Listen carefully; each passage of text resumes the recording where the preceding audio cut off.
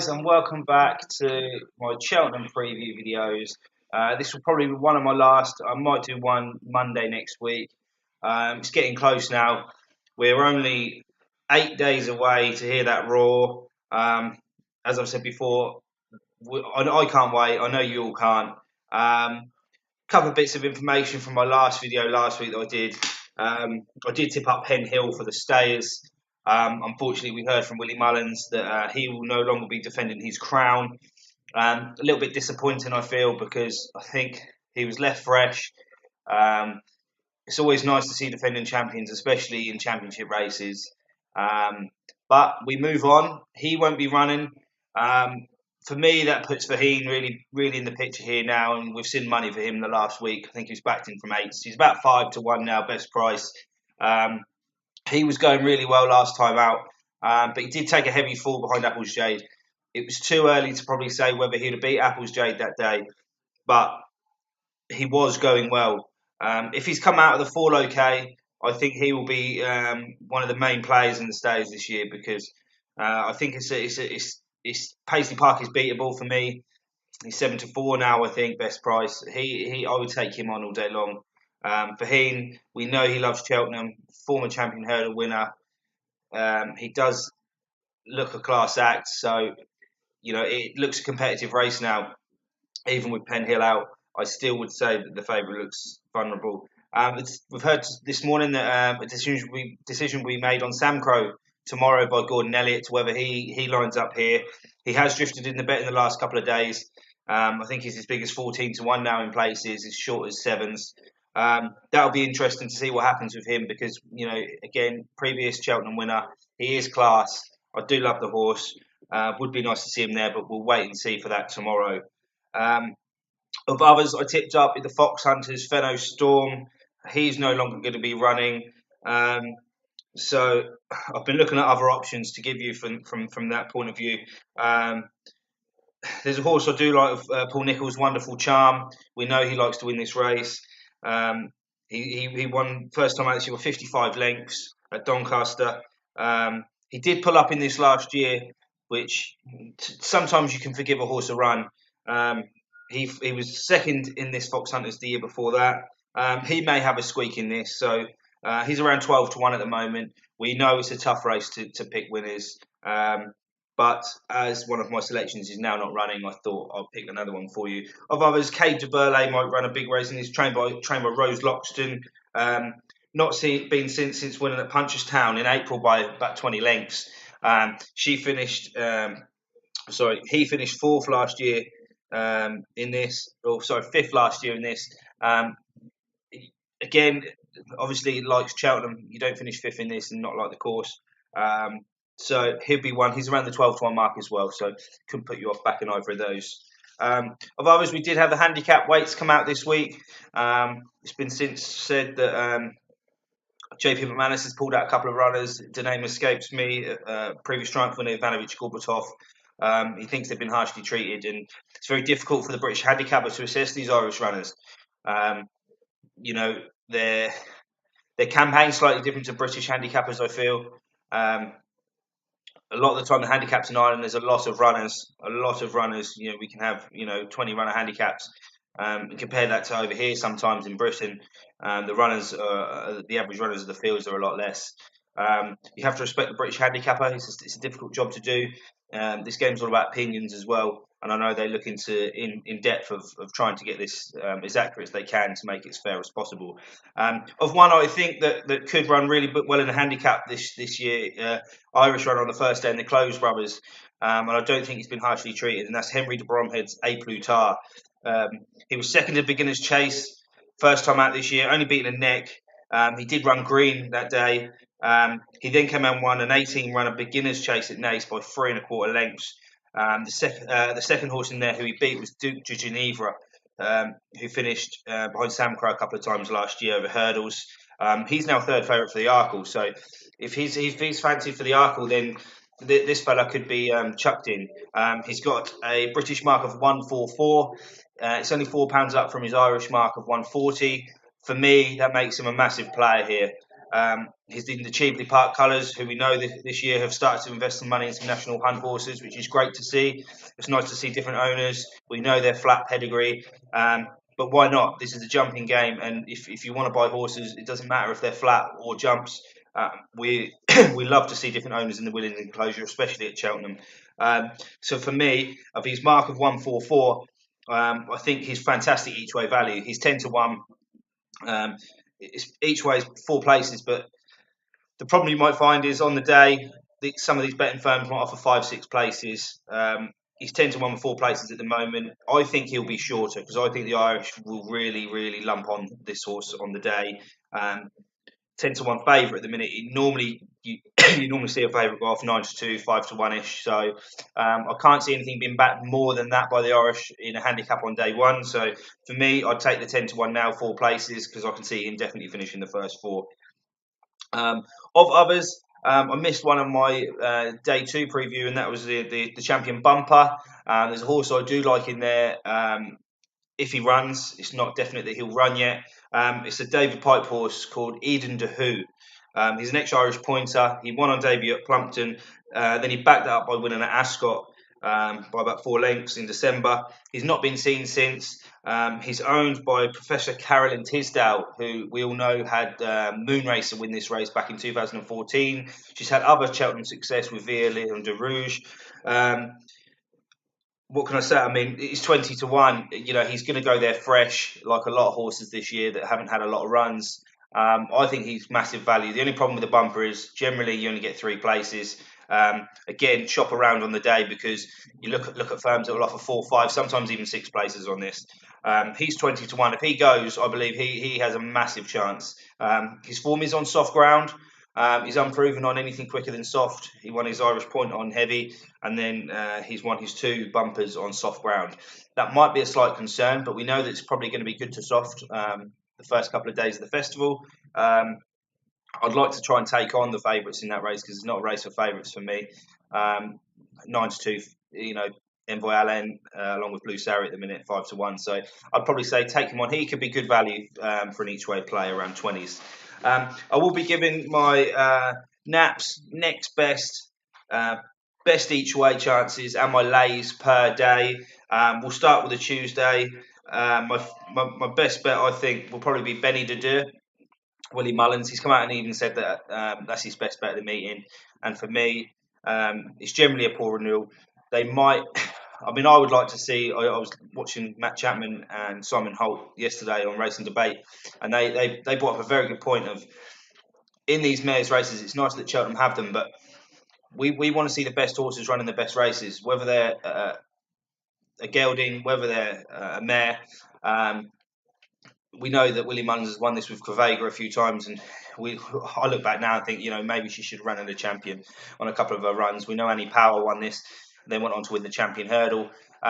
Maybe they should start restricting it to 0 to 150, maybe something like that. So it just gives a few of the other mares a chance, because every year there seems to be a standout horse.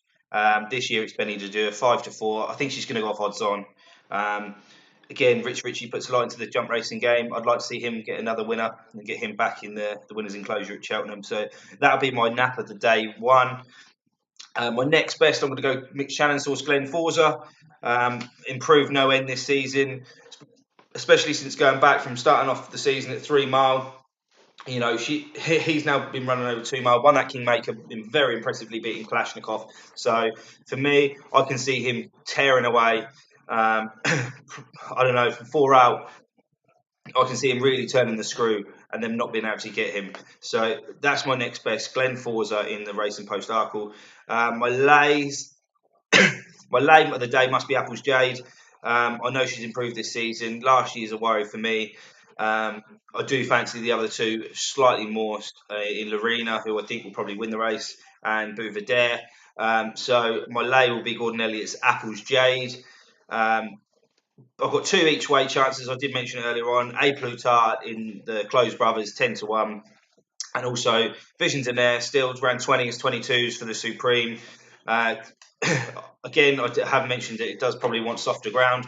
But I think good to soft will be fine, and we've heard from Simon Clates this week that it probably will be good to soft on the opening day. So for me, that's good enough. I will be back in Vision Donaire at that price for a place. Can't see him being out of the first three. So yeah, Vision Donaire and A Plutar, my each way tips. On to the Wednesday. Not going to be boring and tip up Altior because he's a monster. My nap would probably be Champion the Ballymore. He's a special horse in my opinion. I can see him winning this. It is a competitive race, but I can see him winning this for JP McManus. He's best priced 3-1 still. I'd love to see him win. Tiger Roll's another one that's probably going to be it can be hard to beat 11-10, especially on that last hurdles run. You know, if you're going to do a little multiple on day three, there could be a fairly nice bet there with Altior, Tiger Roll, and Champ, in my opinion. My lay of day two, sorry, is in the RSA. It's Nicky Henderson Santini. I'm still going with the view that I think that he's a bit of a hype horse. I know they think a lot of him in the Henderson yard. It worries me that he couldn't get by top of the game and La Bagoire at Kempton. I know it was a sharper track, and this track will probably suit. But to me, I think Delta Work should be the favourite in this race. And I think top of the game finished in front of Santini last time, and I think Santini will have to improve again to finish in front of top of the game. So on that, I will lay Santini on day two. Like I said, I've got a couple of friends who really fancy Santini. But for me, he looks like a more of a future Grand National horse than a Gold Cup horse. So I think here he might get done for a turn of foot like he did at Kempton again. Of my each ways, Eric LaRouge I like in the Coral Cup if he runs for Jane Williams. It's 20-1. Not sure whether we'll run at the minute, but it is non-run on a bet. So 20-1, racking up the wins last time. Chester won again. So I'd like that. Eden, who I mentioned again, that'll probably be my another each way bet on day two, around a similar price of about 20-1.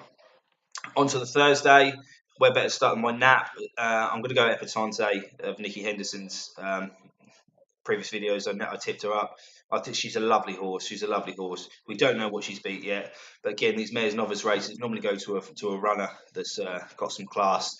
She travels well. We see Barry really bringing her into the race, travelling really nicely.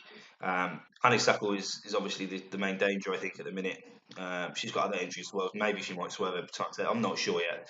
But for me, the money's come for Epatante in the last week. Best price 5-2 now. Again, she might go shorter, she might not. I mean, it depends if the money really comes in for Honeysuckle. If she runs, the Irish will definitely fancy her. But yeah, I'm going to stick with Epatante on that one. Next best, I'm going to go Monolly in the Ryanair. This horse done nothing wrong but improve again this season. This is his optimum trip, 2 mile 5, Henry de Bromhead. Please run Monolly in the Ryanair. Don't go for the Gold Cup. I don't think the horse stays. He's a class animal, finishing second behind Presenting Percy in the RSA last year. He won the Flow Gas over 2.5. He won the Red Mills over 2.5. Don't go for glory and go for the gold. Please go for the Ryanair. You have a massive chance, 5-1. We know Willie Mullins will split Footpad and Min up. I think Footpad's going to go here. I think Monolly is better than Footpad. I think Monolly will finish in front of Underso. For me, I can't believe Monolly's 5-1. I think Monolly should be a lot shorter. So if you fancy Monolly, guys, take that best price 5-1 now. It's non run and no bet. If they go Gold Cup, you'll get your money back. If it runs and they declare it, I think it'll go shorter, much shorter than 5-1. So guys, take the 5-1 on Monolly today if you've got the chance. My lay of day three, Paisley Park in the Stayers, just short of 7-4. I have said before what a story that'll be if Paisley Park could win. For me, I still can't forgive its run last year in the Albert Bartlett, finished down in 13th. I know it's one at the course since, but for me, competitive race as always, the Stayers, and a 7-4 shot. It could go and do what Thistlecrack did a few years ago when it absolutely bolted up in this race. I don't think Paisley Park is as good as Thistlecrack. Thistlecrack was an absolute machine. So on that note, I'm gonna lay Paisley Park. But again, I won't be disappointed if it does win because the story behind it is unbelievable. Each way, I'm gonna go Kilbrick and Storm in the Stayers. Gone back through the form of Kilbrick and Storm. It hasn't liked fences this year, clearly. I know that Tizub wanted to go that route with it. things haven't worked out, so they're going to reroute back to hurdling. We know it happens a lot in these staying races that these horses, good novice hurdlers, all intention is to go chasing, but then things don't turn out the right way. So this horse back over hurdles, stays through. Won the Albert Bartlett last year. It beat OK Corral. It finished in front of Santini, Ballywood, Chris's Dream, the favourite for the stage this year, Paisley Park. Chef de Zobo, Mr. Whipple pulled up in behind. For me, on form line, I know horses can improve, and don't get me wrong, Paisley Park has shown that this year that can improve. But Kilbrick Storm is too big at a price of 16-1. He should be a lot less. If he'd have had a hurdles run this year and not gone chasing, and and if we know he trained on over the hurdles, this horse will be single figure prices. So Kilbrick Storm on day 3 is my each way nap. 16-1 at the minute. I'm sure it'll go shorter. We know it likes the track. It won that Albert Bartlett last year. Guys, fill your boots on Kilbrick Storm because I can see it running a really, really good race. On to the Friday. Nat, the winner, the one winner I can point out right now is Sir Eric. I think he's a monster. He's 6-5. I know it's not original, guys, but a winner, regardless of price, is better than no winner at all. So for me, Sir Eric wins the Triumph doing handstands. It's 6-5. It's going to go off odds on. I'm very, very sure of that. So yeah, Sir Eric for me is my Nat. Next best could be controversial. I'm still sticking with Presenting Percy. We know that Gowron flipped the chase the fences the other day, so he could jump a few fences. Or Galway, I think it was. This horse is lovely. This horse is lovely, and it's a shame that we don't see more of him because I think he could be really a punter's favourite. 2 Cheltenham Festival wins on the spin. Can he make it through? Yes, it's a competitive race. Yes, you've got Clander Zobo. Willie Mullins is going to bring a few over. For me, if Presenting Percy turns up, which I'm sure he will, I think Presenting Percy wins. He's drifted to about 4-1 now. Guys, let's cheer on Presenting Percy. I love the horse. That is my next best. My lay, found this quite difficult to be honest because I fancy Sir Eric and Presenting Percy in them races. If you're laying a horse, I'm looking for other shorties, but there's not really much to look at the minute. I'm going to lay Commander of the Fleet in the Albert Bartlett. Reason is this race is very, very competitive this year. There's lots of good horses in there. You've got Liz Nagorowska of Rebecca Curtis. You've got Dickie Diver and Birchdale for Nicky Henderson. Allaho of Willie Mullins. And also he has Relegate as well, who won the bumper last year. You've got Darren Ross, Dinian, Sam's Profile. This race is stacked very, very highly. I think this horse should probably go shorter for the 2 mile 4 race, the Ballymore. I think he won 2 mile 6 last time out. I think at Cheltenham, the drop back to 2 mile 4 would have suited this horse. We know they have Battle of Verdoyen. This race turns into an absolute slog. And I think you've got to have 3 mile form in the book for me. 15-2. I know Commander Fleet ran at 2 miles earlier in the season as well, so they know he's got a lot of speed. I think he'll get outstayed here. So he's going to be my lay. He's 15-2 at the minute. I might even lay him for a place. If you lay him for a place, he's going to be a lot shorter. I don't think he'll be in the first 3.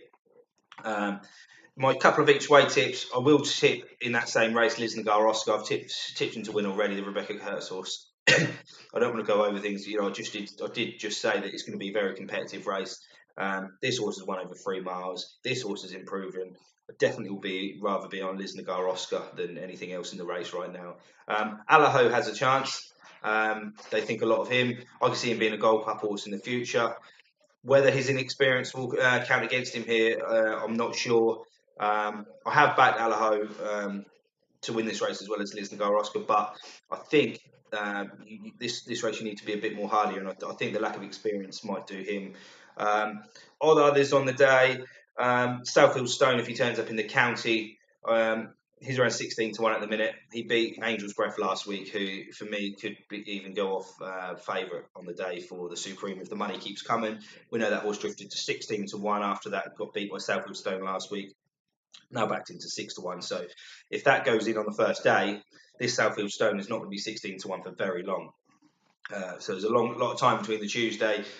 the Angels ref runs, and then the Friday where the county is. So Southfield Stone for Paul Nichols for me, my each way tip of day 4, around 16 to 1 in the county hurdle.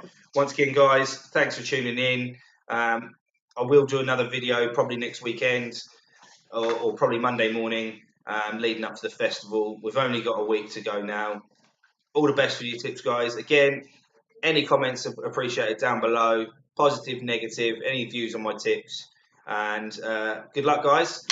See you soon.